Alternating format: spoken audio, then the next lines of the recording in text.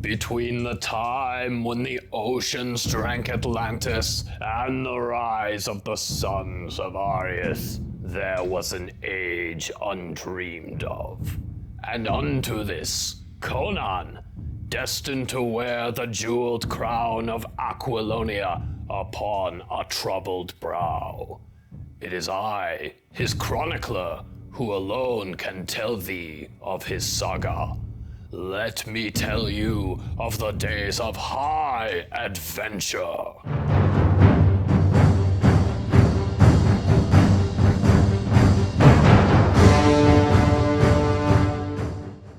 Hello, and welcome to the first episode of Lore of Kevill. Today I'm going to be doing some of the speaking parts and talking about one of my favorite films ever, 1982's Conan the Barbarian.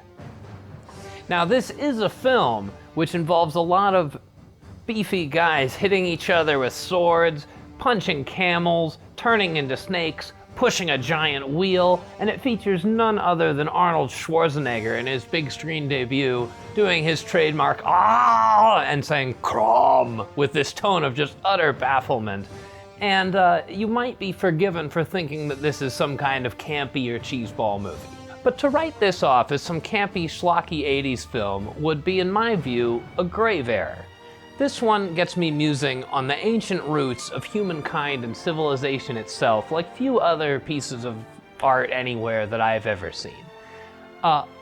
It's carried a lot by the absolutely excellent soundtrack by Basil Polidoris, which I heavily recommend, and the sweeping music carries a film that's pretty sparse on dialogue and gives it some of its special character. There's also a deeper philosophical thread that runs throughout this movie. What is strength? What is power? Does it come from self-reliance and inner discipline? Or is it more an external thing about domination over others? There's two speeches in the film that I'm going to do that really delve into this. First, Conan's father teaches the young Conan of the values of his people after he forges a sword by his own hand in fire and ice. The technology to forge the steel and the discipline to wield it makes the steel, for me, a symbol of self-reliance. But for yourself, ponder, O miscellaneous viewer, what is the riddle of steel?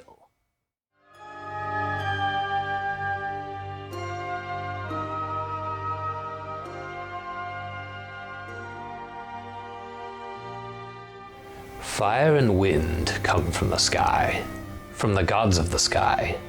But Crom is your god, Crom, and he lives in the earth. Once giants lived in the earth, Conan. And in the darkness of chaos, they fooled Crom, and they took from him the enigma of steel. Crom was angered, and the earth shook. Fire and wind struck down these giants, and they threw their bodies into the waters. But in their rage, the gods forgot the secret of steel and left it lying on the battlefield. And we who found it were just men, not gods, not giants, just men. The enigma of steel has always carried with it a mystery. You must learn its riddle, Conan. You must learn its discipline. For no one in this world can you trust. Not men, not women, not beasts. This you can trust. What a speech! I absolutely love the music, the delivery, and the themes here. This gets picked up a bunch by a bunch of heavy metal stuff. Think Manowar, Secrets of Steel, a not too subtle homage to this, or Bathory, Blood and Iron basically copies this speech in the middle section as a little narrative part. The whole discovery of steel, how the gods left it on the battlefield, I take that to mean how humans got technology in the first place and how they rose above basically being beasts. It's a really cool bit of legend and lore, and again, it goes right back to the roots of civilization in a very mythological kind of way. But that's not even my favorite speech from this film. My favorite one is given by James Earl Jones playing the film's big bad, Thulsa Doom. Now, Thulsa Doom in his younger days was a warrior, and early in the film he rode into Conan's village, killed his mother and father, enslaved him, and made him push a giant wheel to, until he became all buff.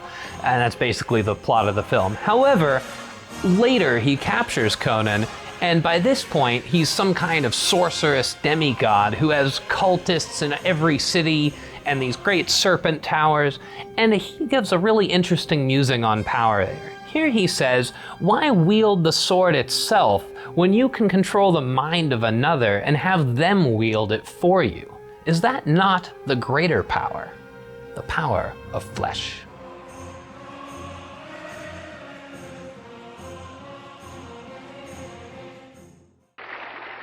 You killed my mother. You killed my father. You killed my people. You took my father's sword. Ah, must have been when I was younger. There was a time, boy, when steel meant more to me than gold or jewels. The riddle of steel. Yes, you know what it is, don't you, boy? Shall I tell you? It's the least I can do. Steel isn't strong, boy. Flesh is stronger. Look around you. There, on the rocks, that beautiful girl. Come to me, my child.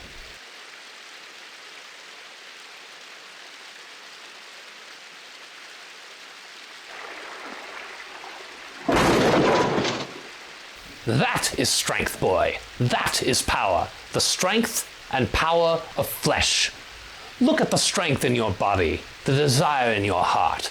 I gave you this. Such a waste.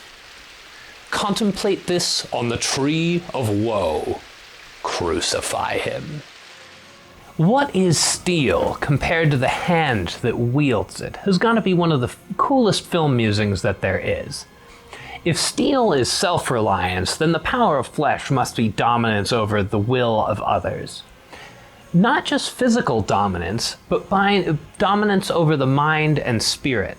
How the girl jumped to her death not because she had to, but because she wanted to, because she wanted to be closer to her master. One could easily apply this meaning of the power of flesh to our modern lives and modern media. I'm particularly reminded of a swath of America who, in my view, have been voting against their own economic interests for 40 years because they've been sold on a certain moral identity. At the same time, however, we cannot delay in implementing an economic program aimed at both reducing tax rates to stimulate productivity and reducing the growth in government spending. I find myself seeing that and how well it works and thinking to myself, that is strength, that is power. Or consider advertising. Day in, day out, we are all bombarded with images and jingles and sounds that are designed to modify and influence our behaviors, to create wants and desires where none existed before. Is advertising an example of the power of flesh? How much of your life is under this kind of control, with or without us realizing? A couple heavy metal artists have made use of this, including myself. First, Chuck Schuldiner of Death wrote a song called Flesh and the Power It Holds that I'm almost certain is a reference to this part of this movie. And I myself wrote one called Towers of the Serpent, a reference to Thulsa Doom's towers, which he has in every city.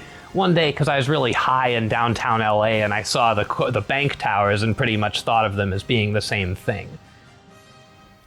So at any rate, I hope you guys have enjoyed the speaking performances here, and I hope I've made a good case for looking into this film beyond the broadswords and the biceps.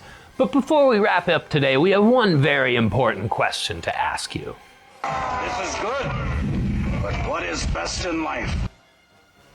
The open steppe, fleet horse, falcon at your wrist, and the wind in your hair. Wrong! Conan, what is best in life? To crush your enemies, see them driven before you, and to hear the lamentation of the women.